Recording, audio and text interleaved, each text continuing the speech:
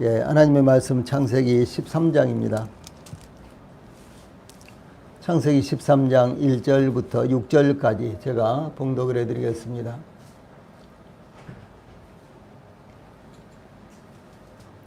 하나님의 말씀 창세기 13장 1절부터 6절까지 봉독을 해드리겠습니다. 아브라함이 애굽에서 그와 그의 아내와 모든 소유와 롯과 함께 네겝으로 올라가니 아브라함에게 가축과 은과 금이 풍부하였더라.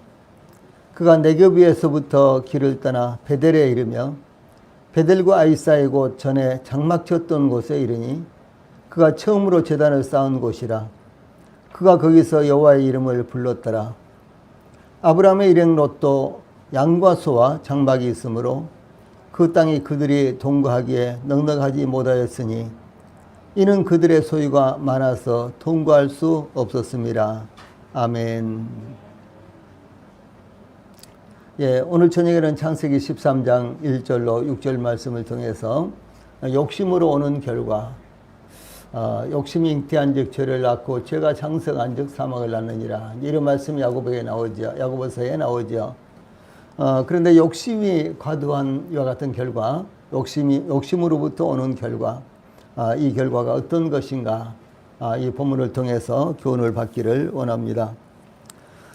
이 본문 말씀은 사실상 13절까지 계속이 되고 있는데 오늘 저녁에는 1절부터 6절 말씀을 제가 전해드리겠습니다. 성경에는 혈육 사이에 다투는 사건이 의외로 많이 나타나고 있습니다.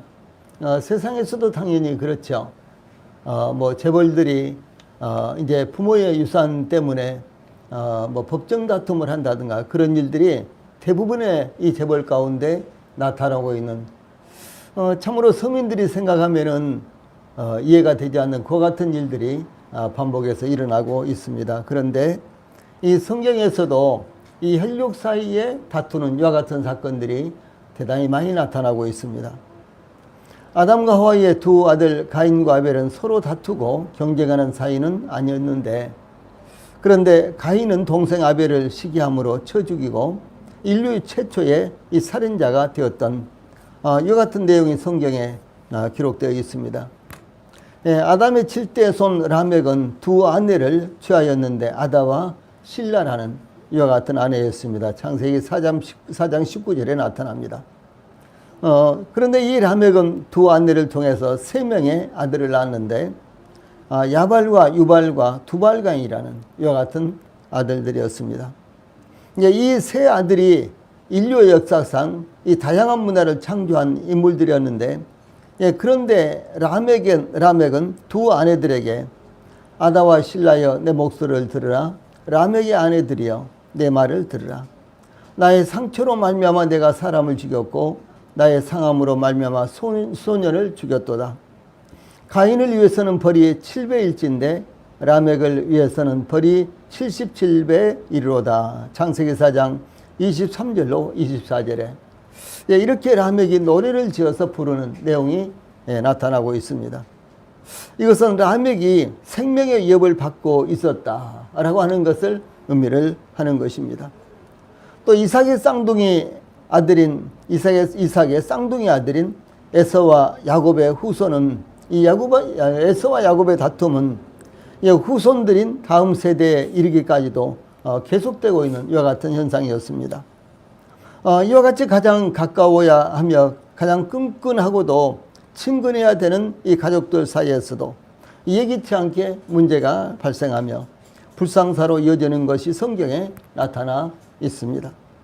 이 더구나 고대 사회는 시족 사회요 봉건주의 사회인데도 가족들 사이에 문제가 심각했다는 것을 엿볼 수가 있습니다.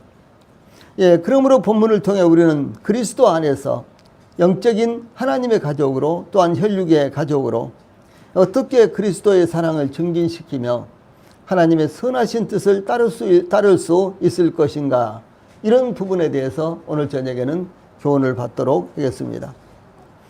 제일 먼저 1절과 2절의 말씀은 믿음의 사람과 함께 할 때 오는 축복, 믿음의 사람들과 함께 할 때 오는 축복에 대해서 증가하고 있습니다. 예를 들어서 구원받은 성도들은 구원받지 않은 사람들과 함께 거하면은 그것은 굉장히 영적으로요 피곤하고 그리고 영적으로 발전할 수 있는 그와 같은 기회가 거의 없습니다. 그러나 혹시 구원받지 못한 사람이라고 할지라도요 구원받은 성도들과 함께 이렇게 동거하면은 영적으로 대단히 유익한 이와 같은 부분들이 많이 나타나고 있는 것입니다. 하나님의 부르심을 받아 고향과 일가 친척을 떠나 하나님께서 지시하신 곳 가나안 땅으로 이주한 아브라함을 따라 아브라함의 조카 롯도 아브라함께 가나안 땅으로 이주를 한 모습이 창세기 12장에 나타나고 있습니다.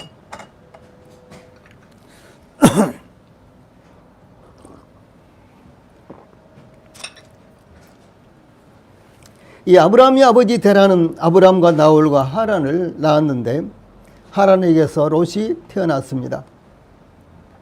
또한 이 하란은 두 딸 밀가와 이스가를 낳았는데 밀가는 나홀의 아내가 되었습니다. 그런데 롯의 아버지인 하란은 그 아버지 데라보다 먼저 고향 갈대아 우리에서 죽었는데 데라가 그 가족들을 이끌고 갈대아 우리에서 떠나기 전에 죽었다. 이렇게 창세기 11장 28절에 나타나고 있습니다. 이와 같이 롯은 아브라함의 동생 하란의 아들로서 이 아브라함의 조카이었습니다. 아브라함이 하나님의 부르심을 받아 갈대아 우르를 떠날 때 그의 아비집이 함께 출발을 했는데 이 하란에서 머물다가 아브라함이 떠날 때에는 다만 롯만 아브라함을 따라서 가나안 땅으로 이주했던 것입니다. 그 다음에 이제 1절로 2절에 보면 소유와 신앙의 함수 관계가 또 나타납니다. 아브라함이 가나안 땅에 도착한 후 그 땅에 기근이 심하게 되어서 기근을 피해서 아브라함의 이 애굽에 내려갔다가 그의 아내와 모든 소유와 롯과 함께 네겝으로 올라갔는데 애굽에서 얻은 가축과 은과 금이 풍부했다라고 이렇게 1, 2절에 나타나고 있습니다. 이게 본문에는 롯의 소유에 대해서 구체적으로 언급하지 않았지만 이 롯에 대해서 5절에 보면 롯도 양과 소와 장막이 있으므로 이렇게 이제 증가하고 있는 것으로 보아서 롯 역시 소유가 대단히 풍부했던 것으로 아주 많았던 것으로 이렇게 보입니다. 이 네겝으로 올라갔다 그러는데 이 네겝이라는 말은 이 남으로라는 이와 같은 뜻입니다. 혹은 남쪽으로 이런 뜻입니다. 그런데 이 남쪽 나라로라는 이와 같은 이제 의미도 되는데요. 이 가나안 땅의 관점에서 볼 때 남쪽을 가리키는데 그러므로 애굽에서 볼 때는 북쪽의 가나안 땅으로 올라간 것을 의미를 합니다. 그래서 이 단어 자체 네겝이라는 이 단어 자체는 남쪽으로 이제 이런 의미입니다만은 그러나 가나안 땅에서 볼 때는 남쪽이고 그다음에 애굽에서 볼 때는 북쪽이고 이제 이런 의미가 이 속에 담겨져 있습니다. 아브라함이 애굽에서 가나안 땅으로 올라갈 때 가축과 은과 금이 풍부했는데 아마도 아브라함이 하란에서 모은 소유물과 창세기 12장 5절에 이렇게 나타나죠. 또 애굽의 바로에게서 받은 예물이 더해졌기 때문인 것으로 이렇게 보입니다. 기근을 피해 애굽의 좋은 자연 조건에서 그의 소유가 증가되었기 때문일 것으로도 보입니다. 그러나 이 모든 것들이 하나님께서 이루게 하신 것들이며 하나님께서 허락하신 것들인 것을 볼 수가 있습니다.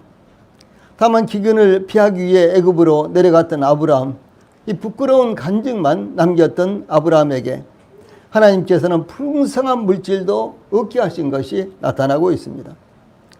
그러므로 혹 물질적인 풍성함을 얻는다고 그것이 하나님께서 원하시는 합당한 신앙생활을 했다는 증거는 아니라는 것을 마음에 두어야만 하는 것입니다.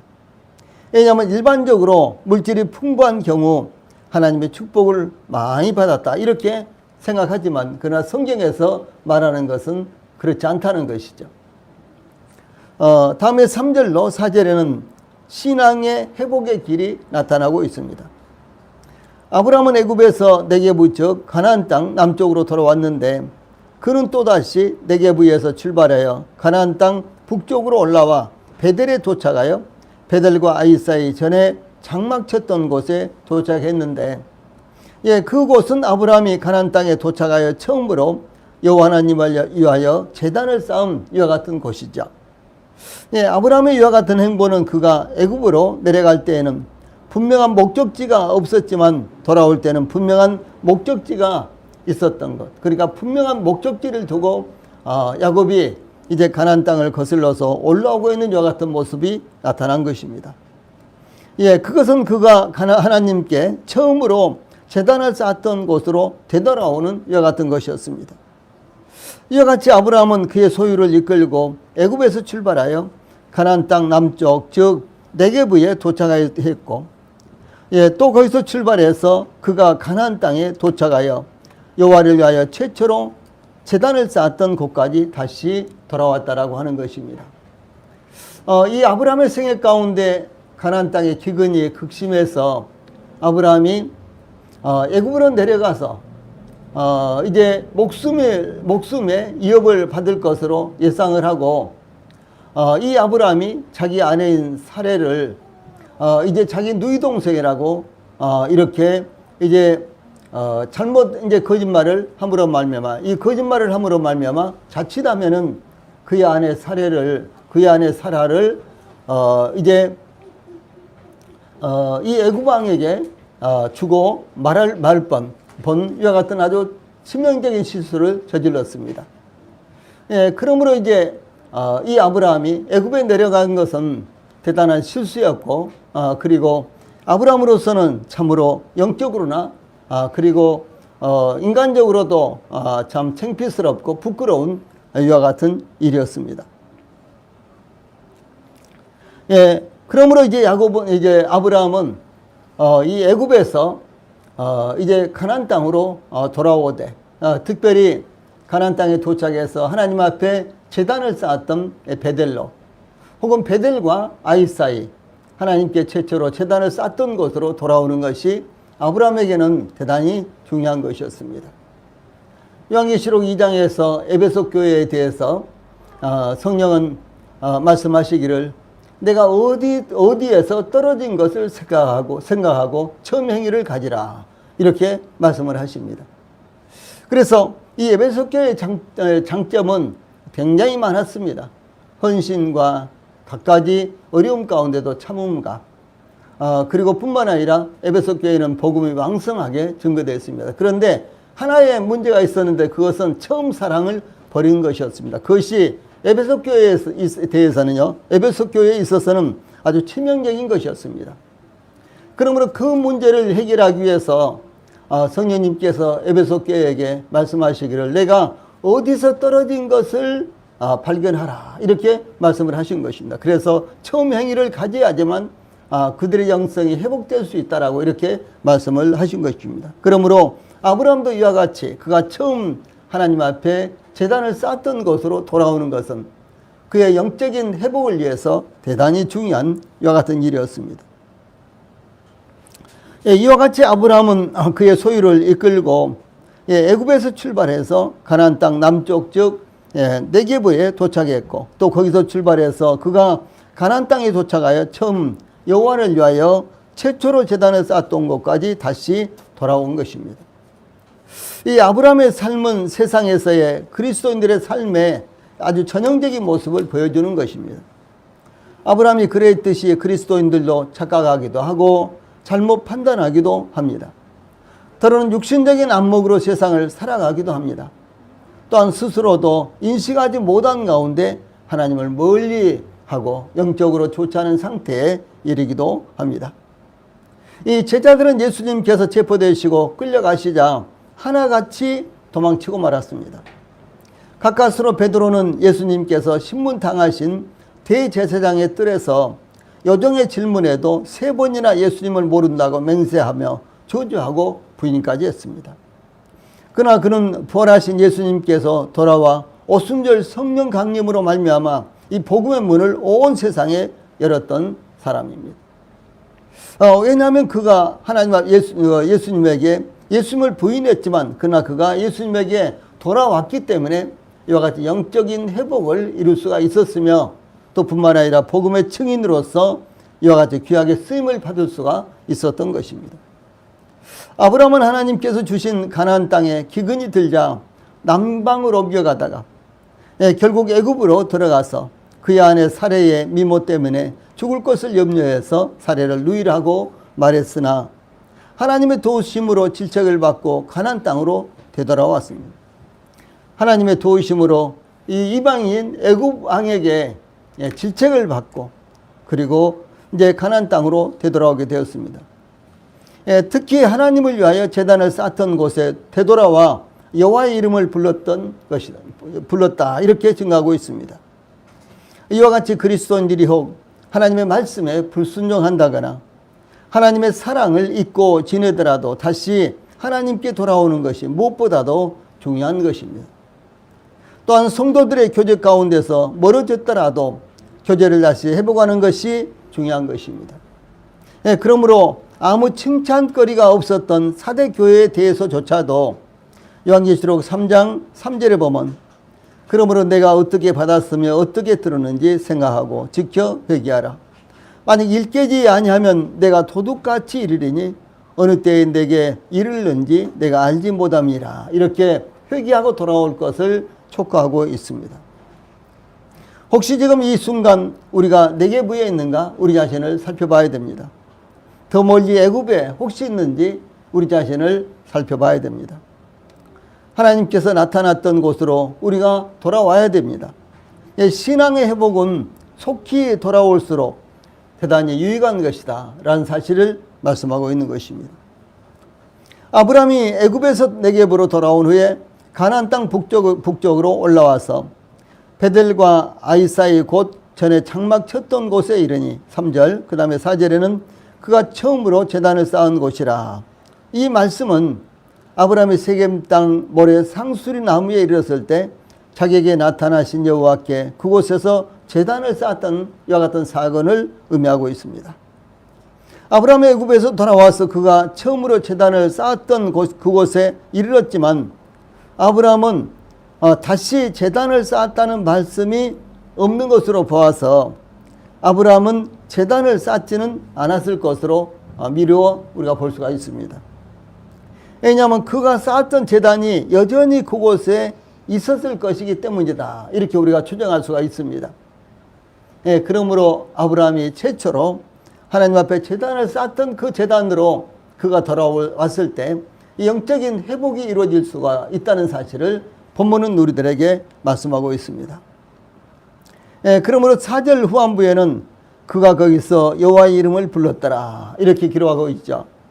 이 말씀은 아브라함은 이 애굽에 올라와 그가 여호와 하나님을 위하여 처음으로 제단을 쌓았던 곳에서 여호와께 제사를 드리면서 여호와의 이름을 불렀다.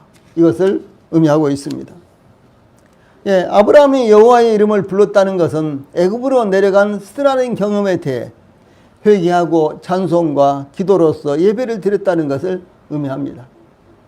아브라함은 오직 여호와 하나님만이 그를 도우시며 그 땅의 주권자라는 것을 깨닫고 하나님께 예배를 드렸을 것입니다.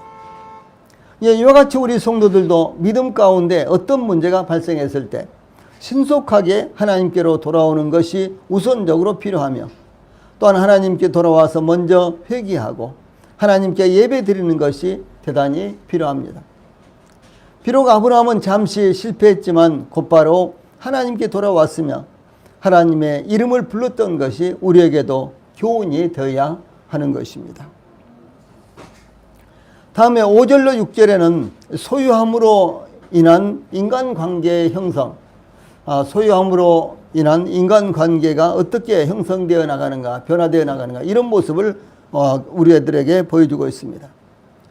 아브라함이 하나님의 부르심을 받아 갈대아 우리에서 가나안 땅으로 이주했을 때 롯은 삼촌 아브라함을 따라 가나안으로 이주했으며 아브라함이 애굽으로 내려갈 때 아브라함을 따라 애굽으로 내려갔고 또한 아브라함이 애굽에서 다시 가나안 땅으로 올라올 때 롯도 아브라함을 따라 다시 가나안 땅으로 올라왔습니다. 그래서 이제 이 롯은 아브라함이 저 갈대아 우리에 있을 때부터 롯은 아브라함을 따라서 다녔습니다. 하란에 도착했을 때 롯도 거기에 하란에 도착했고 그리고 아브라함이 하란에서 머무는 동안 롯도 같이 머물렀고, 또 롯이 이 아브라함이 하란을 출발해서 가나안 땅까지 오기까지 이 롯도 동일하게 아브라함을 따라서 가나안 땅까지 돌아왔습니다. 이 가나안 땅에 와서도 아브라함이 가는 곳에 이 롯이 갔습니다. 아브라함이 머무는 곳에 이 롯도 머물렀습니다. 이와 같이 이제 믿음의 사람과 동행하는 것은 큰 축복을 받을 수 있는 비결이 되는 것입니다. 그래서 마치 이제 이 아브라함은 롯에게 별과 같은 이와 같은 존재였습니다. 주 예수님께서 베들레헴에서 태어나셨을 때 동방에서부터 주 예수님의 탄생을 가리키는 밝은 별이 나타났습니다. 그때 이제 동방박사들은 그 별을 보고 저 동방에서부터 예루살렘까지 그 별을 보고 이제 별을 보고 별을 따라서 왔습니다. 별이 가는 대로 아마 그들은 사막을 건넜을 것입니다. 별이 가는 대로 그들은 강을 건너고 또 산을 넘었을 것입니다. 그런데 정작 이 가나안 땅에 도착하고, 다시 말해서 예루살렘까지 와서는 이제 그 별이 가리키는 곳을 향해서 나아간 것이 아니라 그들은 예루살렘으로 들어갔습니다. 아마 그들 생각에 틀림없이 유대인의 왕으로 나실 이라면은 베들레헴 예루살렘에서 태어났을 것이다. 아마 왕국에서 태어나실 것이다. 뭐 이렇게 예상을 했을 것입니다. 그러나 이제 예루살렘에 들어가서 그들이 유대인의 왕으로 나실 리가 어디 계시뇨? 이렇게 물었지만, 그러나 한결같이 서기관들은 유다 베들레헴입니다. 이렇게 대답을 하고, 그들에게는 별이 보이지 않았습니다. 그래서 드디어 그들이 이제 예루살렘에서 나왔을 때 전에 그들을 동방에서부터 예루살렘까지 인도하던 그 별이 다시 그들을 인도하기 시작했습니다. 이와 같이 별을 따라가는 이와 같은 동방박사들, 그래서 결국은 별이 가리키고 있는 그 베들레헴 마국간에 갔을 때 세상의 구주이신 바로 예수님을 아기 예수님을 그들이 만날 수가 있었던 것입니다. 이와 같이 저희들도 여기 이 롯과 같이, 그리고 동방박사들처럼 이 별을 따라가는, 그리고 믿음의 이 선배를 따라가는, 내지는 또 믿음의 그 인도자를 따라가는 이와 같은 삶이 대단히 중요하다라고 하는 사실을 우리들에게 가르쳐주고 있습니다. 여기 별은, 그리고 아브라함은 상징적으로는 우리 주님일 수도 있고 성령님일 수도 있습니다. 또 하나님의 말씀일 수도 있습니다. 그래서 우리가 우리 주님을 따라간다는 것, 또 성령님의 인도하심을 받는다는 것, 하나님의 말씀을 따라간다는 것, 이것은 저희들에게 있어서 대단히 중요하다라고 하는 사실을 말씀해주고 있는 것입니다. 그래서 이와 같이 롯은 아브라함이 갈대 우르에서 출발할 때부터 계속해서 아브라함을 따라서 동행을 했습니다. 그래서 롯의 삶의 이 궤적을 볼 때 롯은 어떤 주관이나 생각이 없는 것처럼 보이지만은, 그러나 그 다음에 보면은 꼭 그렇지만은 않았습니다. 롯은 이 영적인 것을 스스로 분별하는 능력이 결여된 사람임에 틀림이 없습니다. 그러므로 영적인 삶을 위해서는 아브라함을 따라 살아가는 것은 롯에게 있어서는 대단히 현명한 일이었다라고 하는 사실입니다. 우리도 믿음의 주님이시며 또 온전케 하시는 이이신 예수님을 바라보며 하나님을 섬길 뿐만 아니라 또한 믿음의 선진들의 신앙을 본받아 이 살아가는 것이 합당한 것입니다. 이 사도들이 어떻게 신앙생활을 했는가, 그들이 극단적으로 어려울 때도 어떻게 하나님을 의지하고 승리했는가, 믿음을 지켰는가, 이와 같은 것들은 저희들에게 중요한 교훈이 되어서 저희들이 사도들의 신앙을 따라가고 믿음의 선진들의 신앙을 따라가는 이와 같은 믿음이 돼야만 되는 것입니다. 뿐만 아니라 우리 주변에 믿음의 선배들과 본이 되는 삶을 살고 있는 믿음의 사람들을 따라서 살아가는 것이 대단히 합당한 것입니다. 그래서 이제 영적으로 충만하고 영적으로 좋은 상태에 있는 성도들과 교제할 때, 그 영향이 나에게 옵니다. 그러나 영적으로 좋지 않고, 그런 이제 성도들과 교제를 할 때는 나에게 좋지 않는 영향이 온다는 사실도 우리 모든 성도들이 알아야 되는 것입니다.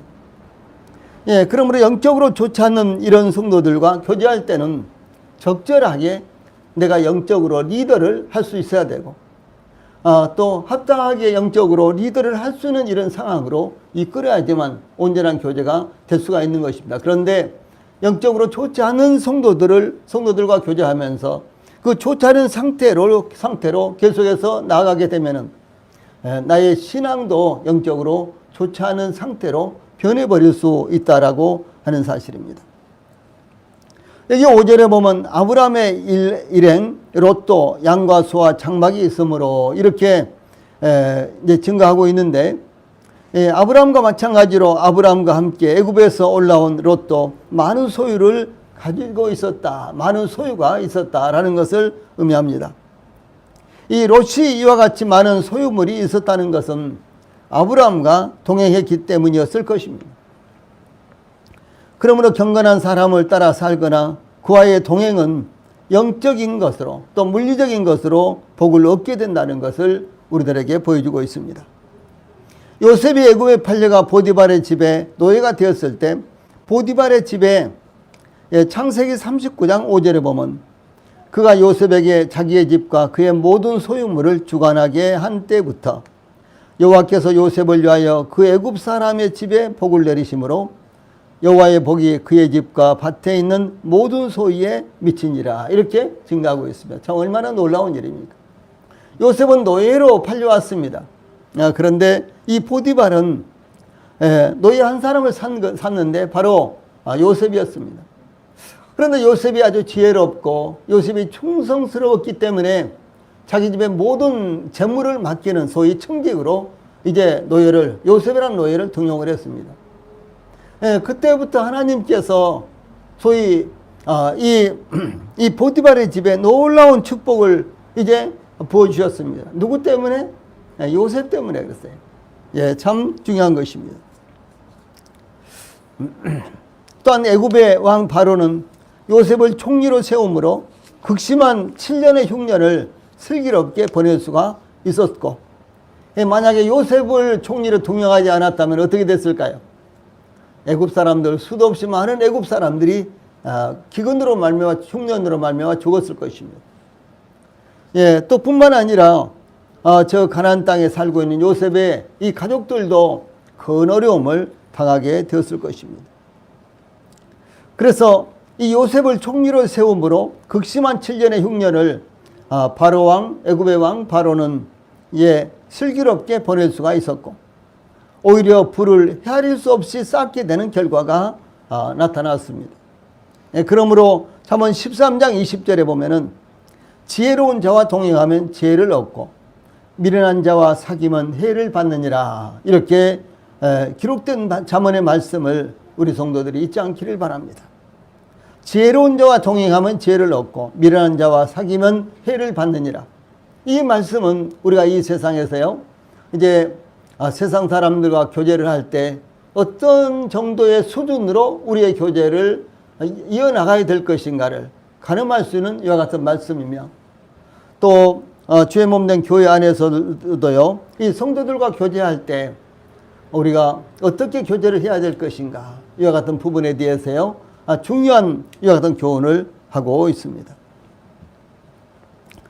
다음에 6절에 보면은 이 물질의 풍요로 말미암아 온 폐해가 나타나고 있습니다. 아브라함은 가축과 이 은과 금이 풍부했고요.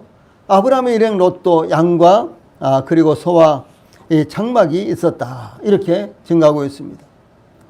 그런데 이들의 풍성한 소유가 이 아브라함과 롯이 함께 살아가기에는 넉넉하지 못했다라는 것이 문제로 나타나는 것입니다. 이것은 물질의 풍요로 말미암아 오는 폐해가 되는 것입니다.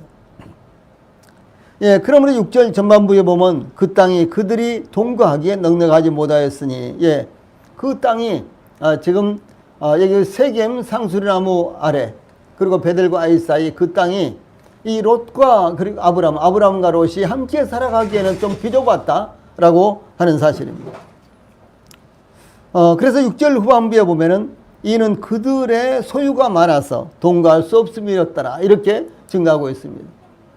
소유가 적었을 때는 아무 문제가 없었습니다. 그러나 이제는 소유가 아주 풍부했기 때문에 두 사람이 함께 살아가기에는 아주 좁은 곳이었다라고 밝히고 있습니다. 즉 거주할 수 있는 땅은 한정되어 있는데 그들의 소유 때문에 함께 거하기에는 넉넉하지 못했다라고 이렇게 증가하고 있습니다. 특히 아브람과 롯은 목축업이 그들의 주된 산업인 유목민으로서 풍성한 풀과 물을 찾아다니는 것이 필연적인 것이었습니다. 그래서 이곳에 이제 풍성하게 자라는 이 풀들을 양과 소가 다 뜯어먹으면 그 후에도 그곳에 계속해서 있으면 안 되는 거예요. 그래서 양과 소를 이끌고 또 이제 풀이 풍성하고 물이 풍성한 곳으로 또 이주를 해서 그곳에서 또 이렇게 살고 이렇게 이제 양을 끌고 다니면서 양을 치는 이와 같은 유목민들이었습니다.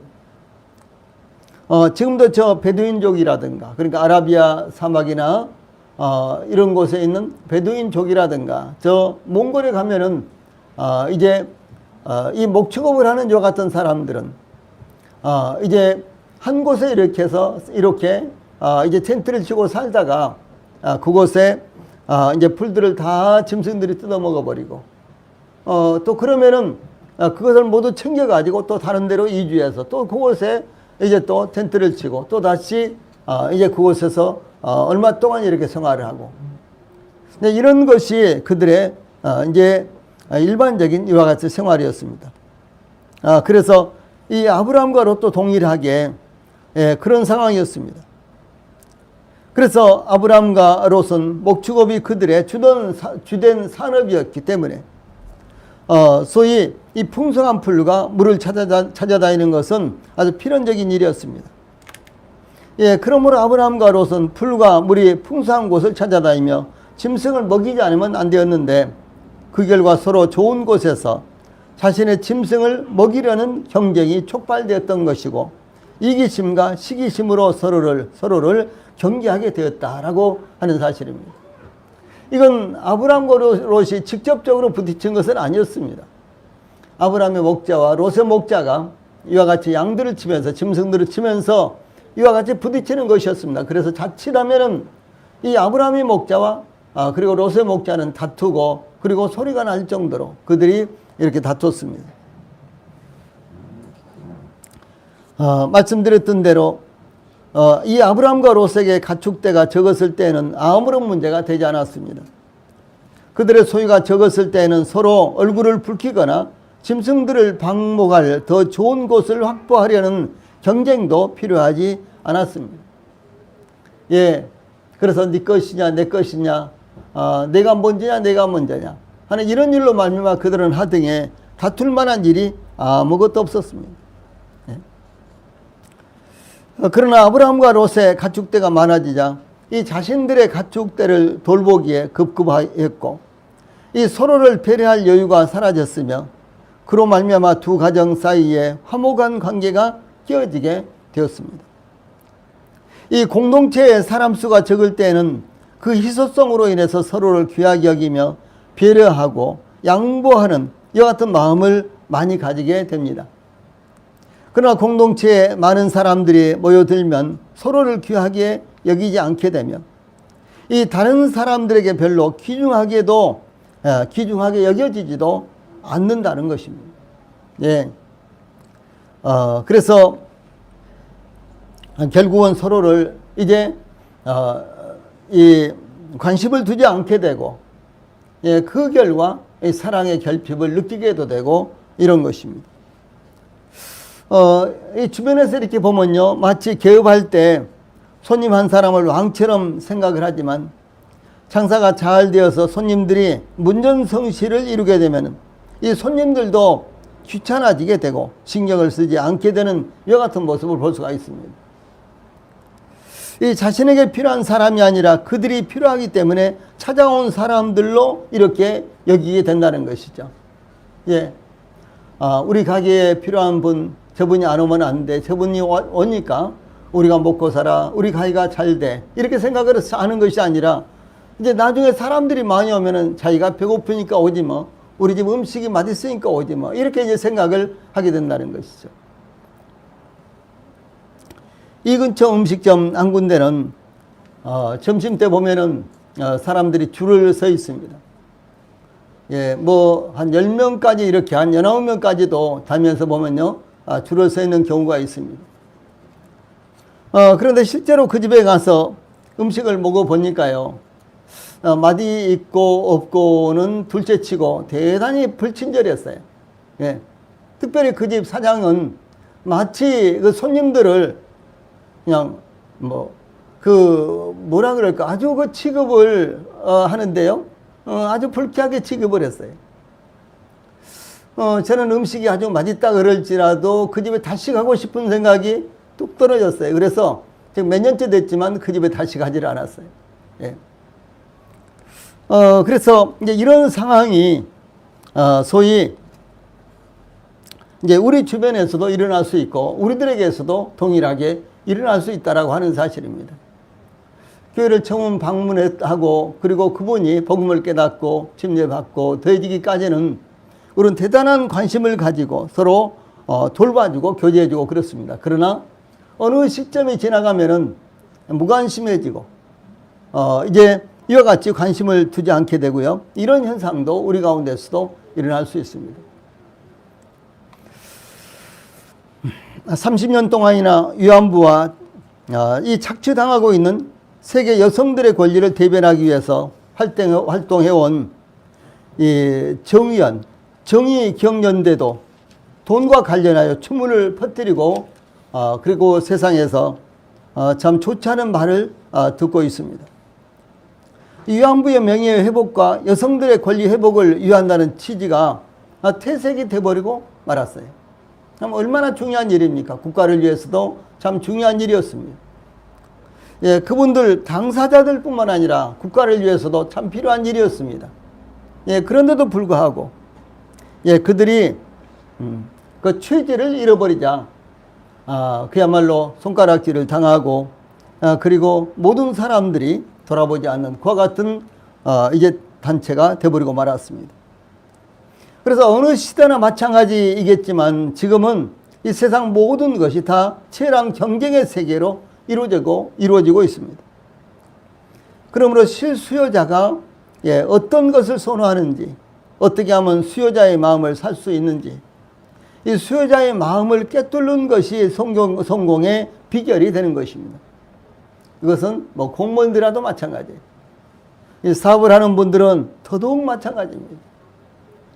예, 그래서 이와 같이 수요자가 어떤 마음을 갖고 있는지 그들이 필요로 하는 것이 무엇인지 이것을 정확하게 파악을 하고 대처를 할 때요 자연스럽게 성공은 따라오는 것입니다. 2015년 1사분기에 아이폰은 벌써 5년 전이죠. 전 세계 전체 스마트폰의 18.3%밖에 되지 않았지만은 예, 아이폰 판매 그 대수가요 2015년 1사분기예요. 18.3%밖에 되지 않았습니다. 예, 그런데 스마트폰 업계요 전체 수익의 92%인 534억 달러를 차지했습니다.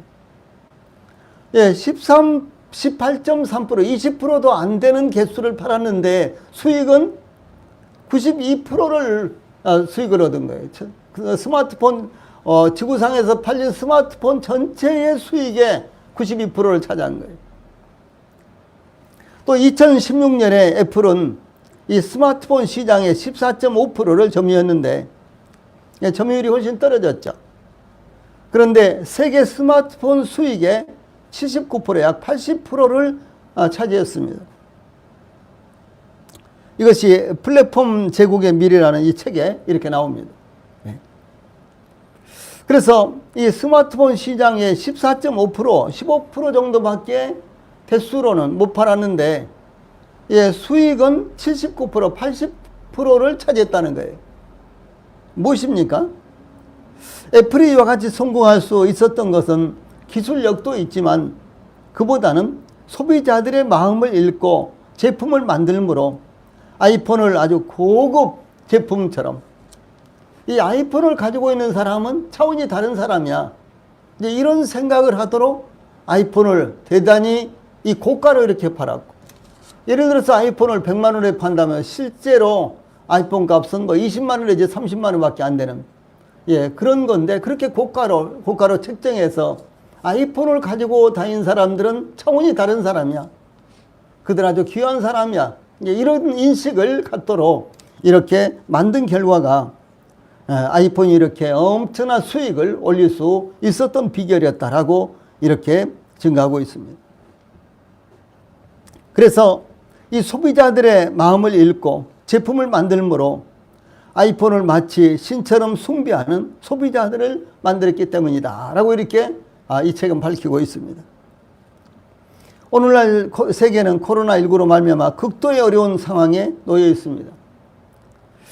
미국에서는 푸드뱅크가, 그러니까 이 코로나19로 말미암아 직업을 잃어버리고, 그래서 이제 돈이 없어서 굶고 있는 사람들이 부지기수예요. 그런데 그래서 이제 이런 사람들을 위해서 푸드뱅크, 음식을 이제 만들어서요 이렇게 나눠주는 곳이 있어요. 큰 광장에서 이렇게 나눠주는데, 그러면 이제 그 음식을 이제 타기 위해서요, 걸어서 온 사람들은 줄을 쭉 서고, 그 다음에 차를 끌고 온 사람들은 이 차에서 내리지 않고 차를 이렇게 쭉 일렬로 이제 세우고, 앞에 사람이 받아가면 그 다음에 또 차가 오고 또 차가 오고, 이래서 이제 차가 심지어 몇천 대까지 이렇게 줄을 서서 늘어서 있는 이와 같은 모습을 인터넷에서 볼 수가 있습니다. 그런데 이런 상황 속에서도 우리나라는 어떻습니까? 물질이 아주 넘쳐나고 있습니다. 물질은 사람의 마음을 따뜻하게 하기 때문에 사람의 마음을 얻을 수 있는 이와 같은 매개체입니다. 작은 물질이 사람의 마음을 움직이기도 하고요, 그리고 서로의 관계를 아주 좋게 만들기도 이렇게 하는 것입니다. 그런데 아브라함과 롯이 그들의 소유가 많음으로 함께 동거할 수 없게 되었습니다. 그러므로 물질의 풍요가 반드시 축복인 것만은 아니라는 사실을 여기서 증거하고 있습니다. 그 물질을 어떤 시각으로 보느냐에 따라서 물질은 축복이 되기도 하고 저주가 되기도 하고, 그리고 함께 사랑을 나누면서 보낼 수 있게 되기도 하고, 사랑하는 사람이 서로 나눠지게 되는 이와 같은 결과를 초래하기도 하는 것입니다. 그러므로 물질에 우리의 마음을 빼앗기면 안 되는 것입니다. 물질이 많거나 적어도 그것으로 인해서 사람을 행복하게 하거나 불행하게 만들지는 않습니다. 이 사도 바울의 물질관에 대한 이 자세를 우리도 본받아야 되는데, 디모데전서 6장 10절, 8절로 10절에 이렇게 말씀하고 있습니다. 디모데전서 6장 8절로 10절에서 우리가 먹을 것과 입을 것이 있은즉 족한 줄로 알 것이니라. 부하려 하는 자들은 시험과 올무와 여러 가지 어리석고 해로운 욕심에 떨어지나니 곧 사람으로 파멸과 멸망에 빠지게 하는 것이라. 돈을 사랑함이 일만하게 뿌리가 되나니 이것을 탐내는 자들은 미혹을 받아 믿음에서 떠나 많은 근심으로써 자기를 찔렀도다. 이렇게 증가하고 있습니다. 이 사도 바울은 먹을 것과 입을 것이 있으니까 족한 줄로 알아라. 이렇게 증가하고 있습니다. 그런데 부하려고 하는 사람들, 많은 물질을 쌓아두려고 하는 사람들, 부자로 살려고 하는 사람들은 시험과 올무와 여러 가지 어리석고 해로운 욕심에 떨어진다. 결과적으로 사람이 파멸과 멸망에 빠지게 하는 원인이 된다라고 하는 것입니다. 더 나아가서 돈을 사랑함이 일만하게 뿌리가 됩니다. 그래서 이 과도한 욕심, 돈은 필요한 것입니다. 우리 생활에 가장 필요한 것입니다. 그래서 목숨과 바꾸기도 하는 경우가 얼마나 많습니까? 그러나 이 과도한 욕심은 하나님 앞에서 합당치 않습니다. 그래서 우리 성도들이 과도한 욕심을 갖지 마십시오. 저는 우리 성도들의 직장과 또 사업과 일터를 위해서 매일같이 기도를 합니다. 그런데 우리 성도들이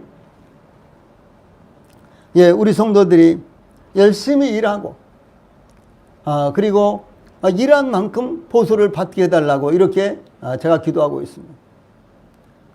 또 사업하는 성도들도 마찬가지입니다. 그래서 열심히 일하고 일한 만큼 보수를 받을 수 있도록 이것이 저희들의 물질에 대한 기본적인 자세야 되는 것입니다. 이 과도하게 물질을 아끼려고 한다든가 과도하게 물질에 탐욕을 품으면 그것은 반드시 해로운 이와 같은 상황 가운데 스스로 빠지는 것입니다. 그래서 사도 바울은 이 골로새서에서 바로 이 욕심은 우상 숭배다 이렇게 증가하고 있습니다. 그래서 맹목적으로 결국은 이제 물질을 이제 쌓으려고 하고 물질을 쌓아두려고 하고 또 자신을 해롭게 하면서까지도 물질의 욕심을 내게 되는 그런 결과를 초래하게 된다는 것입니다. 그래서 이 사도 바울의 여기 디모데전서 6장 8절로 10절에 증가하고 있는 물질관에 대해서 우리 성도들도 물질에 대해서 정확한 관점을 가져야만 되는 것입니다. 그러므로 아브라함과 롯의 관계는 소유의 다소와 유무에 있는 것이 아니라 영적인 축복이 어디로부터 오는가에 대한 바른 인식이 중요하다는 것을 우리들에게 가르쳐주고 있습니다. 소유가 이들보다 훨씬 더 많아도 그렇죠. 소유가 아예 없어도 행복할 수가 있습니다. 그리고 그 관계가 대단히 원활하게 이루어지고요. 이 사랑의 관계를 지속할 수도 있는 것입니다.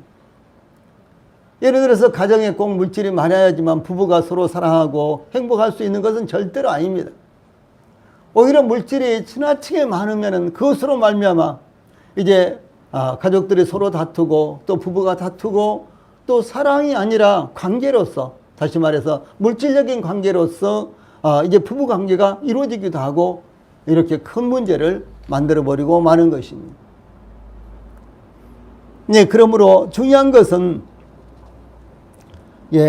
하나님으로부터 오는 축복, 다시 말해서 우리들에게 임하는 축복이 어디로부터 오는가 그것을 바르게 인식하는 것이 대단히 중요하다는 것을 가르치고 있습니다.